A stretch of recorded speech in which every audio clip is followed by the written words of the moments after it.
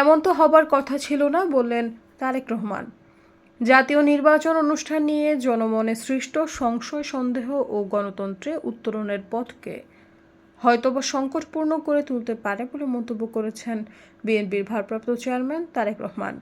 প্রতিনিয়ত একের পর এক নিত্য নতুন শর্ত জুড়ে দিয়ে গণতন্ত্র উত্তরণের পথকে কেমন যেন সংকটাপূর্ণ করে তোলা হচ্ছে বলেও আশঙ্কা প্রকাশ করেন তিনি বলেন, কৌশল ও অপকৌশলের মধ্যে আমরা পার্থক্য বুঝতে ব্যর্থ হলে কোনো অগণতান্ত্রিক কিংবা অপশক্তির কাছে শেষ পর্যন্ত বিনা শর্তে আত্মসমর্পণের পথে হাঁটতে হয় কিনা। বাংলাদেশের এই মুহূর্তে মাঠে থাকা সব গণতান্ত্রিক রাজনৈতিক দলকে এমন বিপদের কথা স্মরণ করার জন্য আমি বিনীত অনুরোধ জানাই। রোববার রাতে রাজধানীর গুলশানের একটি হোটেলে দলের এক অনুষ্ঠানের আয়োজন করা হয়।